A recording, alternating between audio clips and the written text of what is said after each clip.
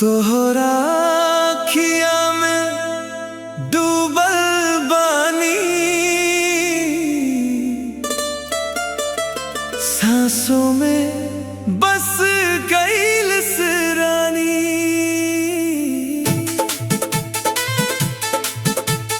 होठवा पे तोहर नाम सजल बा, दिलवा के तू बन गई कहानी।